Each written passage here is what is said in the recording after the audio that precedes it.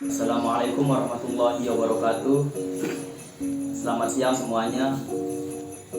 Puji syukur kehadirat Allah Subhanahu wa taala yang telah memberikan kita nikmat dan kesehatan sehingga kita dapat menyelesaikan tugas ujian akhir semester yang diberikan oleh dosen pengampu kita, Bapak Supratman SPD MPDI. Baiklah, kami dari kelompok 1 akan mempresentasikan hasil diskusi kami dari buku yang berjudul Bahasa Indonesia untuk Perguruan Tinggi. Perkenalkan, nama saya Ahmadi. Di sini saya sebagai moderator. Pemateri 1 yaitu Haryati dan pemateri 2 Dominus Magu. Baiklah, kami langsung masuk ke pembahasan yang disampaikan oleh pemateri pertama yaitu Haryati. Kepadanya dipersilahkan. Baik, di sini saya akan menyampaikan materi pertama tentang sejarah fungsi kedudukan bahasa Indonesia. Yang pertama, sejarah bahasa Indonesia. 1. Perkembangan bahasa Indonesia sebelum merdeka. Pada dasarnya bahasa Indonesia berasal dari bahasa Melayu pada zaman Kerajaan Sriwijaya. Bahasa Melayu dipakai sebagai bahasa penghubung antara suku di Nusantara dan sebagai bahasa yang digunakan dalam perdagangan antara pedagang dari dalam Nusantara dan dari luar Nusantara. Yang kedua, perkembangan bahasa Indonesia sesudah merdeka. Bahasa Indonesia lahir pada tanggal 28 Oktober 1928. Pada saat itu, para pemuda dari berbagai pelosok Nusantara berkumpul dalam rapat. Para pemuda berikrar sebagai berikut. Kami putra dan putri Indonesia mengaku bertumpah darah satu, tanah air Indonesia. Kami putra dan putri Indonesia mengaku berbangsa yang satu, bangsa Indonesia. Kami putra dan putri Indonesia menjunjung tinggi bahasa persatuan dan bahasa Indonesia. Kedua, peresmian nama bahasa Indonesia. Bahasa Indonesia diresmikan penggunaannya setelah proklamasi kemerdekaan Indonesia. Kedudukan bahasa Indonesia sebagai bahasa nasional dan bahasa negara beserta fungsinya sebagai bahasa nasional.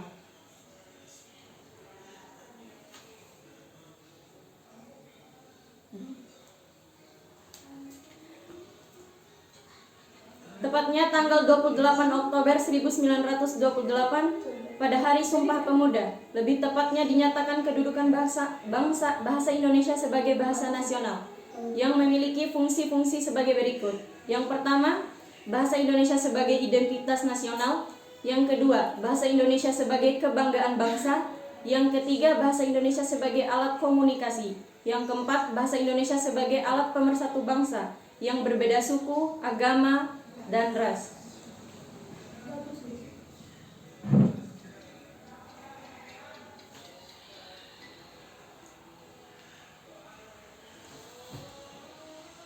Materi kedua, ragam bahasa. Bahasa adalah salah satu alat komunikasi. Melalui bahasa manusia dapat saling berhubungan atau berkomunikasi, saling berbagi pengalaman, saling belajar dari yang lain, dan meningkatkan kemampuan intelektual.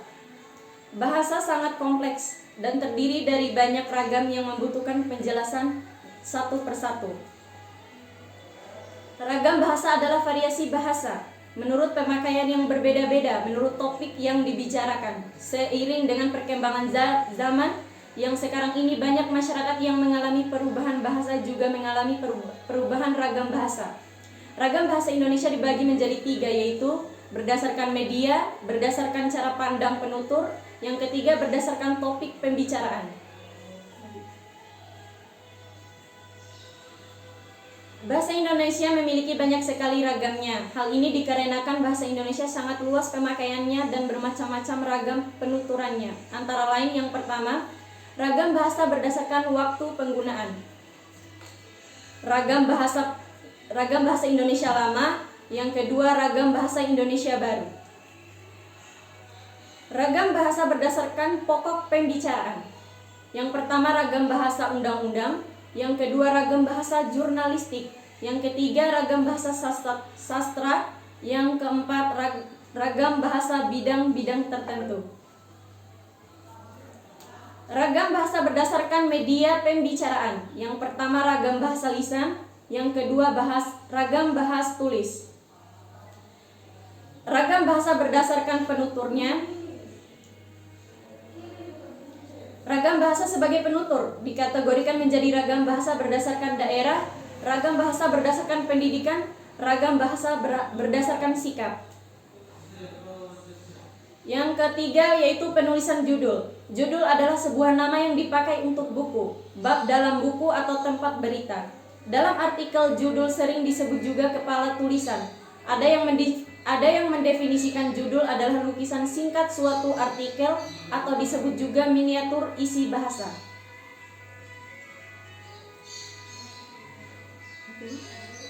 Syarat judulnya yaitu asli, relevan, provokatif, singkat, harus berbentuk frase, awal kata harus huruf kapital kecuali preposisi dan konjungsi.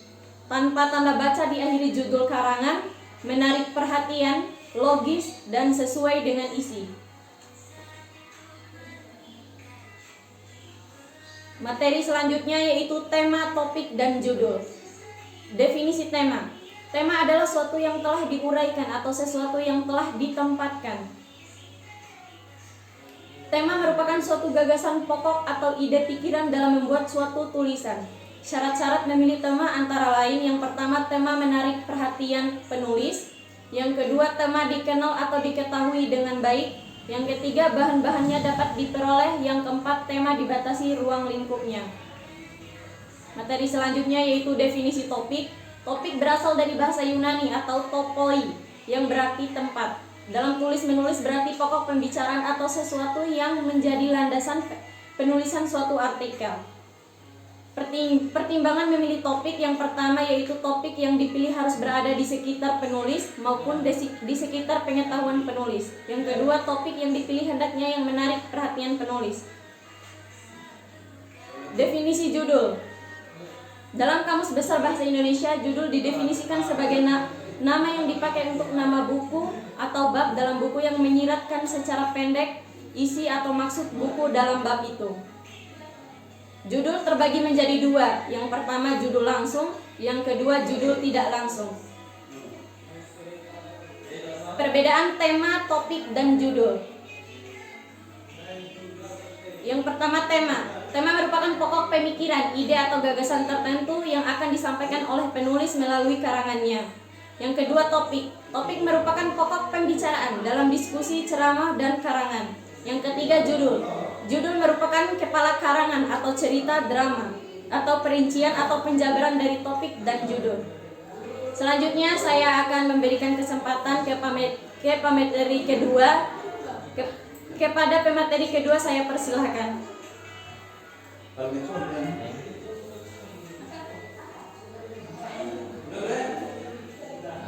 Baik, saya akan menyampaikan materi selanjutnya, penggunaan ejaan yang disempurnakan.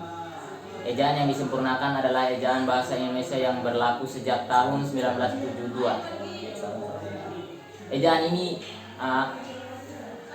menggantikan ejaan sebelumnya. Ejaan adalah seperangkat aturan tentang menuliskan bahasa dengan menggunakan huruf, kata, dan tanda baca. Bahasa Indonesia sebagai bahasa nasional lahir pada awal tahun 20-an. Namun dari segi ejaan, bahasa Indonesia sudah lama memiliki ejaan tersendiri berdasarkan sejarah perkembangan ejaan. Sudah mengalami perubahan sistem ejaan, yaitu pertama, ejaan Van Obiesen. Ejaan ini mulai berlaku sejak bahasa Indonesia lahir dalam awal tahun 20-an. Ejaan Suwandi.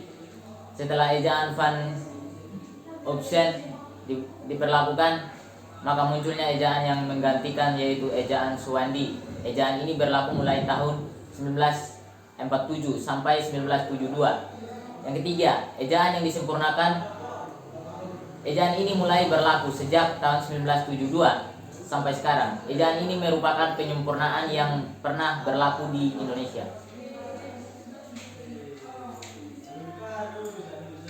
Dan yang berikut, pemakaian huruf. Huruf merupakan objek. Huruf yang digunakan dalam ejaan bahasa Indonesia. Yang kedua, huruf vokal. Huruf yang melambangkan vokal dalam bahasa Indonesia terdiri dari huruf A, E, I, O, dan U. Huruf konsonan. Huruf yang melambangkan konsonan dalam bahasa Indonesia terdiri atas huruf B, C, D, F, G, H, J, K, L, M, N, P, Q, R, S, T, V, W, X, Y, dan Z. Huruf diftong. Di dalam bahasa Indonesia terdapat huruf diftong yang dilambangkan ai, au,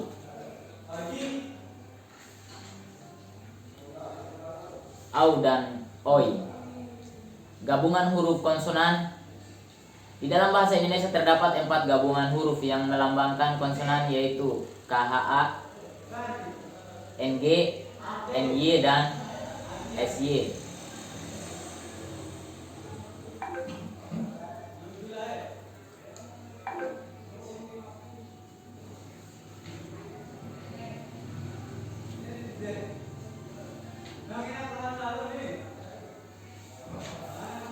Berikut kata dalam bahasa Indonesia. Kata adalah kumpulan huruf yang memiliki makna tertentu. Dalam Kamus Besar Bahasa Indonesia, kata adalah unsur bahasa yang diucapkan atau dituliskan yang merupakan perwujudan suatu perasaan dan pikiran yang dapat dipakai dalam berbahasa. Kelas kata benda atau nomina adalah kata yang menunjukkan yang merujuk pada suatu benda. Bentuk benda itu sendiri dapat bersifat abstrak ataupun konkret.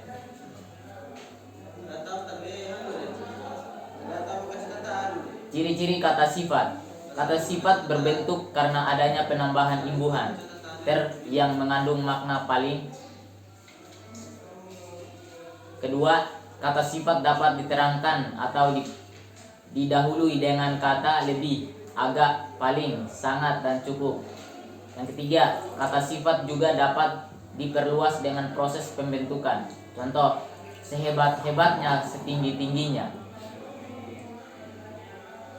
Kalimat dapat diklasifikasikan berdasarkan dengan jumlah dan jenis klausa yang terdapat di dalamnya.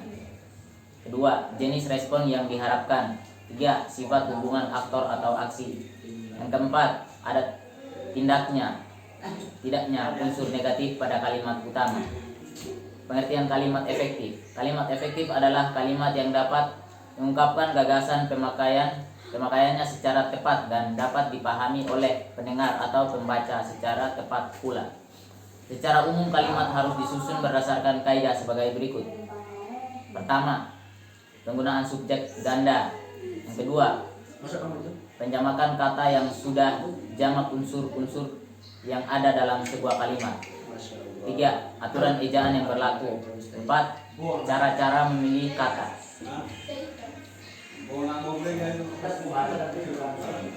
Selanjutnya, syarat umum kalimat efektif. Pertama, kesepadanan dan kesatuan gagasan. Kedua, kelogisan. Tiga, keparelaan. Empat, penekanan atau ketegasan. Yang kelima, kehematan. Keenam, kepaduan. Yang ketujuh, kecermatan.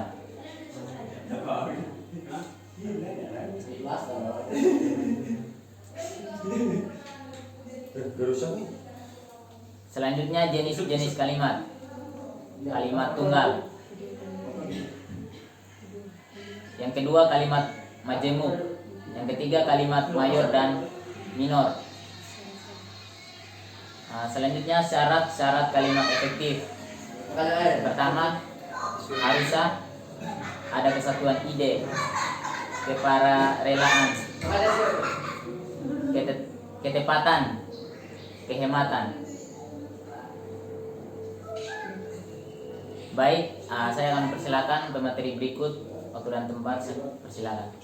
Baiklah, pembahasan selanjutnya yaitu menyusun paragraf. Yang pertama ada pengertian paragraf.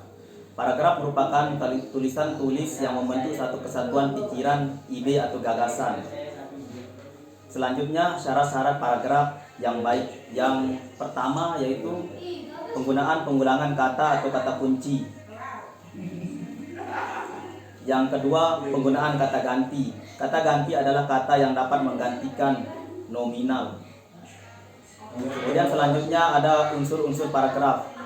Unsur-unsur paragraf terdiri dari yang pertama kalimat topik atau kalimat utama, yang kedua kalimat pengembang atau kalimat penjelas, kemudian yang ketiga kalimat penegas, dan yang keempat kalimat transisi. Macam-macam paragraf. Paragraf dibagi menurut jenis dan letak kalimat utamanya. Berdasarkan jenisnya, itu paragraf narasi. Narasi adalah paragraf yang menceritakan suatu kejadian atau peristiwa. Selanjutnya paragraf deskripsi. Deskripsi adalah paragraf yang menggambarkan suatu objek.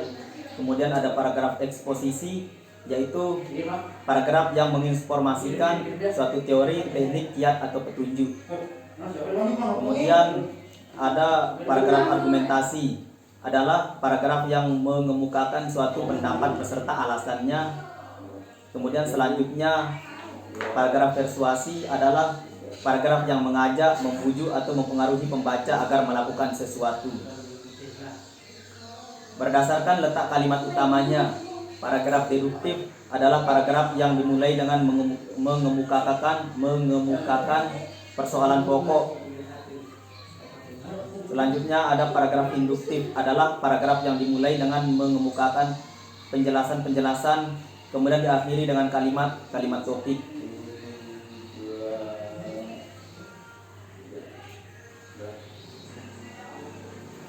Kemudian pembahasan selanjutnya yaitu teknik mengutip, catatan kaki, daftar pustaka. Yang pertama, pengertian kutipan. Kutipan adalah gagasan, ide, pendapat yang diambil dari berbagai sumber. Proses pengambilan gagasan itu disebut mengutip. Selanjutnya jenis kutipan. Yang pertama ada kutipan langsung. Kutipan langsung adalah kutipan yang sama persis dengan teks aslinya, tidak boleh ada perubahan. Selanjutnya kutipan tidak langsung. Kutipan tidak langsung ditulis menyatu dengan teks yang kita buat dan tidak usah ada tanda petik. Selanjutnya teknik menulis kutipan. Teknik menulis kutipan terdiri atas dua model, yaitu kutipan langsung dan tidak langsung. Kutipan langsung berarti merujuk pada pendapat penulis lain melalui teks aslinya. Kutipan tidak langsung berarti merujuk pada penulis lain.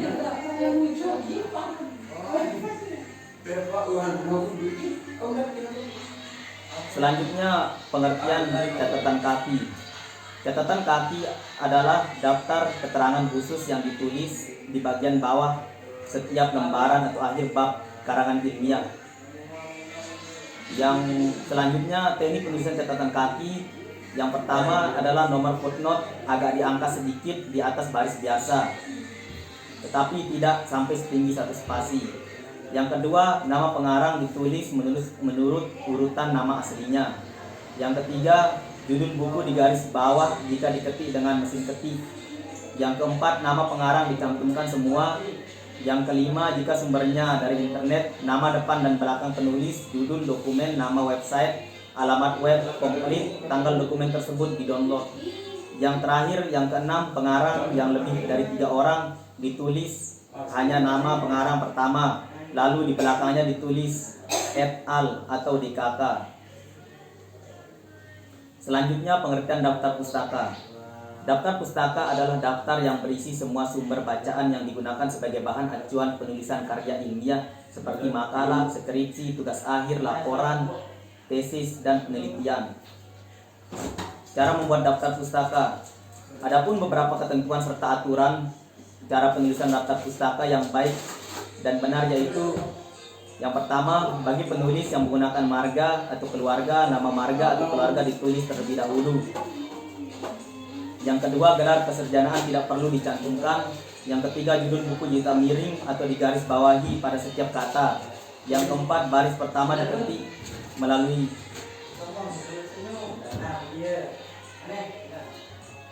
kalimat pertama, Yang kelima, jarak antara baris pertama dengan baris berikutnya 1 spasi. Yang keenam, jarak antara sumber satu dengan sumber berikutnya 2 spasi.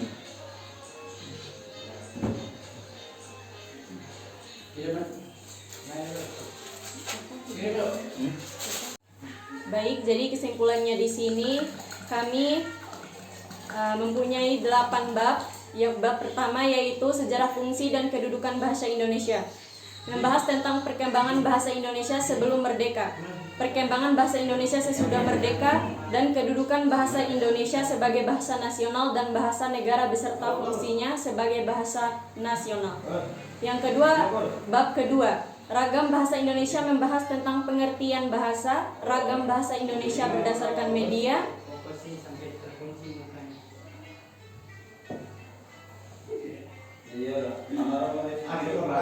ragam bahasa Indonesia berdasarkan cara pandang penutur, dan ragam bahasa Indonesia berdasarkan topik pembicaraan. Bab ketiga, penulisan kata. Penulisan judul, membahas tentang pengertian topik dan judul, syarat sebuah topik, batasan masalah sebuah topik, dan perbedaan topik dengan judul. Bab keempat, penggunaan ejaan yang disempurnakan, membahas tentang pengertian ejaan, pemakaian huruf, dan pemakaian tanda baca. Bab kelima, kata dalam bahasa Indonesia, membahas tentang kelas kata, ciri-ciri kata sifat, jenis-jenis kata dalam bahasa Indonesia, pengertian kata dan frasa. Bab keenam, membuat kalimat, membahas tentang pengertian kalimat, jenis-jenis kalimat, dan syarat umum kalimat efektif. Bab ketujuh, menyusun paragraf, membahas tentang pengertian paragraf, syarat-syarat paragraf yang baik, dan unsur-unsur paragraf. Yang kedelapan yaitu teknik mengutip, catatan kaki, daftar pustaka, membahas tentang pengertian kutipan, jenis kutipan, teknik penulisan kutipan, pengertian catatan kaki, teknik penulisan catatan kaki, pengertian daftar pustaka, dan cara membuat daftar pustaka. Sekian presentasi dari kelompok kami. Kurang dan lebihnya mohon maaf. Sekian dari kelompok kami. Assalamualaikum warahmatullahi wabarakatuh. Terima kasih untuk semuanya.